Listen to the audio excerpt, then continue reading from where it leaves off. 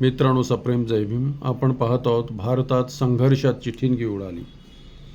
शंकराचार्य म्हणतो, श्रवण प्रतिषेध स्थावद अपास्य वेद मुपश्रन्व तस्त्र पूज्यभ्यासोत्र प्रति उरनेम पद्ध हवा येतं स्मशानवच्छद्र तस्माद शूद्र समीपेनाध्येत वेंच. शंकर भाष्य.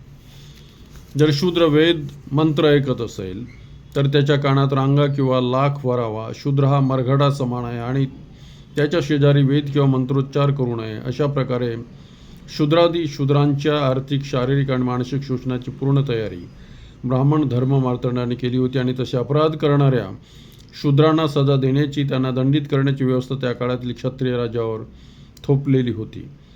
त्या काळात राज्य क्षत्रियांचे, परंतु त्याच्यावर संपूर्णपणे नियंत्रण ब्राह्मणांचे राहायचे हे यावरून स्पष्ट होते.